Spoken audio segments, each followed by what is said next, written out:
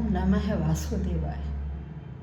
साधकों, हम श्रीमद् भगवद गीता के 14वें अध्याय का श्रवण कर रहे हैं और श्लोक संख्या 18 तक सुन चुके हैं। आज हम श्लोक संख्या 19 के बारे में सुनेंगे। देखते हैं कि आइए श्लोक संख्या 19 में भगवान श्री कृष्ण अर्जुन को क्या बता रहे हैं। श्लोक संख्या 19 में बताया गया है कि व्यक्ति जब अपने आप को प्रकृति के इन तीनों गुणों से अलग समझने लगता है तब वह अपने वास्तविक स्वरूप को जान पाता है, और जब वह वास्तविक स्वरूप को समझ जाता है तो उस पर ब्रह्म के बारे में भी जान लेता है। तो उस समय वह व्यक्ति उस पर ब्रह्म को अच्छी प्रकार से पहचान लेता है और भगवान के उस परम धाम को भगवान कहते हैं कि वह मेरी स्थिति को समझ जाता है और तब वह मुझे प्राप्त होता है। आइए क्या है, नान्यम गुणेभ्य कर्तारम यदा दृष्टान अनुपश्यति गुणेभ्यश्च परम वेत्ति मद्भावम सो अधिगच्छति। कह रहे न अन्यम, कोई दूसरा नहीं, गुणेभ्य गुण, कोई गुणों के अतिरिक्त दूसरा कुछ नहीं है। कर्तारम, कार्य को करने वाला, यदा जब, दृष्टान देखने वाला, अनुपश्यति देखता है। कह रहे जब देखने वाला ठीक प्रकार से देखता है कि इन गुणों के अलावा कुछ भी नहीं है, इन गुणों के अलावा कुछ भी नहीं है। गुणेभ्यश्च परम वेत्ति, और अपने आप को इन गुणों से परे समझता है। जो तीन गुण हैं प्रकृति के, सत्व, रजस और तमस, तब वह अपने आप को इन तीन गुणों से परे समझता है।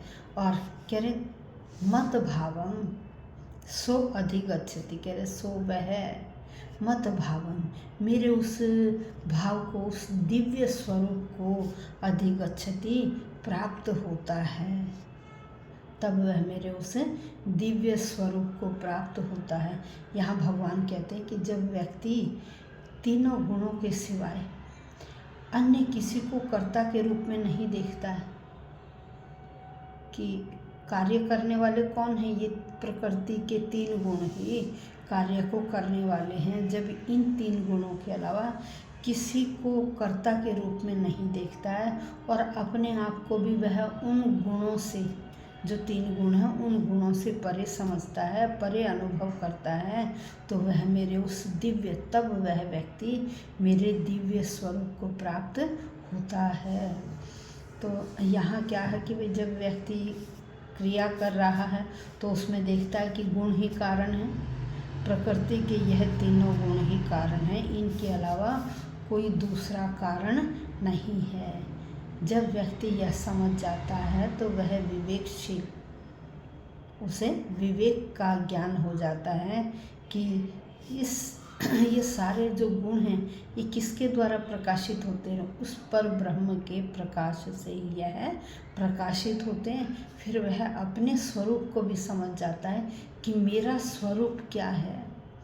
मेरा स्वरूप इन प्रकृति के तीन गुणों से परे नहीं है।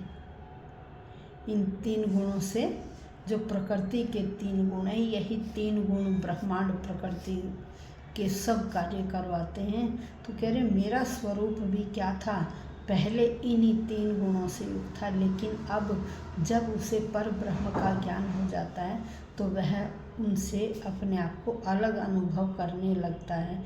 जब अलग अनुभव करने लगता है तो कह रहे उस समय व्यक्ति मेरे दिव्य स्वरूप को प्राप्त करता है, या मेरा जो दिव्य स्वभाव है उसको प्राप्त करता है। ये कब प्राप्त होता है व्यक्ति को, देखिए जब हम अच्छे सत्संगति का साथ करेंगे, जब हम किसी महापुरुष का, दिव्य पुरुष की संगति करते हैं तो तब हमें पता चलता है कि हम क्या हैं। जब तक हम किसी अच्छे व्यक्ति का संग नहीं करते तब तक हमें अपनी वास्तविक स्थिति का पता नहीं चलता है। वास्तविक स्थिति का तभी पता चलता है जब हम किसी अच्छे गुरु की संगति करते हैं, और जब हम पूरी तरह से समझ लेते हैं तो उस समय हम कृष्ण भावना अमृत में स्थिर हो जाते हैं। हमें वह जो परम लौकिक ज्ञान है उसकी प्राप्ति हो जाती है। तब हम समझ जाते हैं कि हम कुछ भी नहीं हैं, यह सब कुछ कराने वाले कौन हैं? भगवान हैं, कृष्ण जी हैं, जो हमें प्रेरित करते हैं। प्रकृति के माध्यम से हम यह सारे कार्य करते हैं, और जब ये समझ में आ जाता है तो हम भगवान की शरण में पहुंच जाते हैं। ऐसा भगवान बता रहे हैं कि जब ये सारी चीज़ें समझ में आ जाती हैं तो तब हम यथा स्वरूप जो वास्तविकता है उसको जान जाते हैं। वो किसकी संगति से जानते? सत्पुरुषों की संगति से ही हमारा ये जो अहंकार है, अंधकार है, वह सब दूर हो जाता है, और हम उस भगवान के परम स्वरूप के बारे में जान जाते हैं। फिर धीरे धीरे क्या होता है? प्रकृति से हमारा लगाव हटता चला जाता है। जब हमारा ध्यान पर ब्रह्म की ओर हो जाता है तो प्रकृति से हमारा ध्यान हटता चला जाता है, हमारा प्रकृति से लगाव कम होता चला जाता है। जितनी भी चीज़ें हैं उन सब से हमारा मोह माया धीरे धीरे दूर होता जाता है। ऐसा भगवान कृष्ण अर्जुन को बता रहे हैं। तो इस श्लोक में यही बताया कि जब इंसान ये समझ जाता है कि सब कुछ क्षणिक है तो पर ब्रह्म की ओर ध्यान लग जाता है। जब पर ब्रह्म की ओर योग की तरफ व्यक्ति का ध्यान लग जाता है तो उसे उस समय असीम शांति की प्राप्ति होती है। तब उसका ध्यान इधर उधर नहीं भटकता है।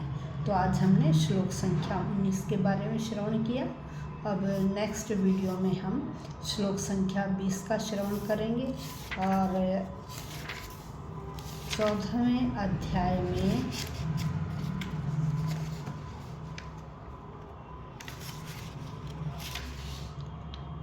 27 श्लोक है। बहुत जल्द हमारा यह 14वां अध्याय भी खत्म हो जाएगा। उसके बाद 15वां अध्याय आएगा जिसमें पुरुषोत्तम योग के बारे में बताया गया है। अभी हम इस अध्याय में प्रकृति के 3 गुणों के बारे में सुन रहे हैं। तो वीडियो पूरी सुनिएगा, तभी आपको श्रीमद् भगवद गीता की रस का जो पान है वह आप अच्छी तरह से कर पाएंगे, और इस गीता में जो गूढ़ ज्ञान छिपा हुआ है उस ज्ञान को आप प्राप्त कर पाएंगे। इसलिए वीडियो को पूरा सुनिए, लाइक कीजिए, शेयर कीजिए, और अपने बड़े बूढ़ों को भी सुनाइए। कमेंट अवश्य लिखिएगा कमेंट बॉक्स में, ताकि इस बहाने आप भगवान का एक नाम अवश्य ले सकें। धन्यवाद।